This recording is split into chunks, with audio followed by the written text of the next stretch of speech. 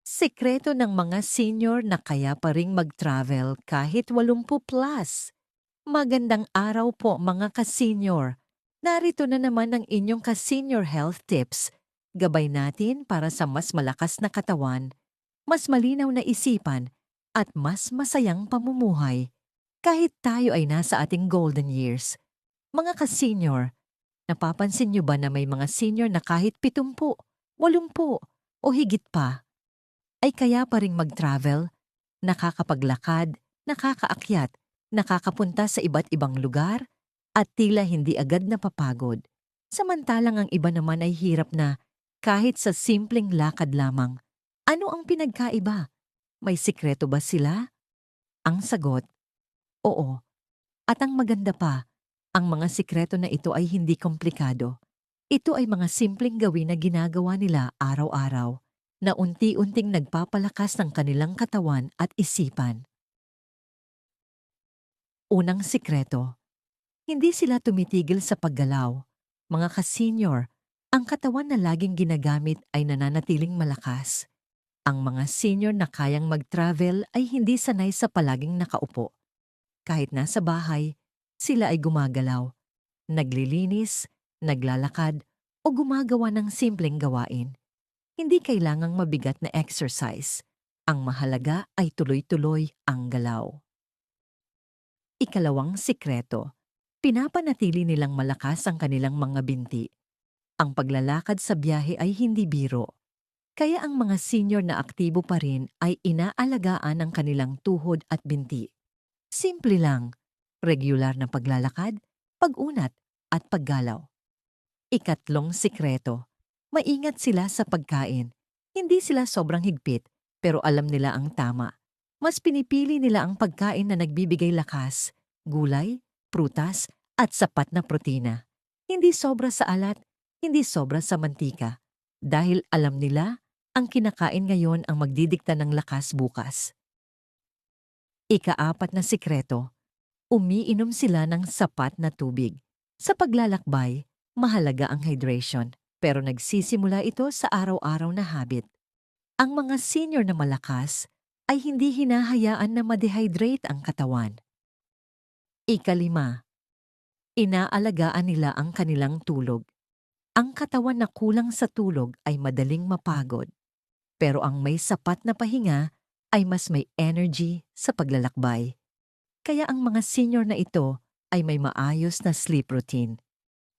Ikaanim, positibo ang kanilang mindset. Mga ka-senior, ang lakas ay hindi lang sa katawan, nasa isip din. Ang mga senior na kayang mag-travel ay hindi agad sumusuko. Hindi nila iniisip na, matanda na ako, hindi ko na kaya. Sa halip iniisip nila, kaya ko pa, basta dahan-dahan. Ikapito, marunong silang magpahinga. Hindi nila pinipilit ang katawan. Kapag pagod, nagpapahinga. Kapag kailangan umupo, umuupo. Ang sikreto ay balanse, galaw at pahinga. Ikawalo, may purpose sila. Ang paglalakbay ay hindi lang basta gala. Ito ay may dahilan.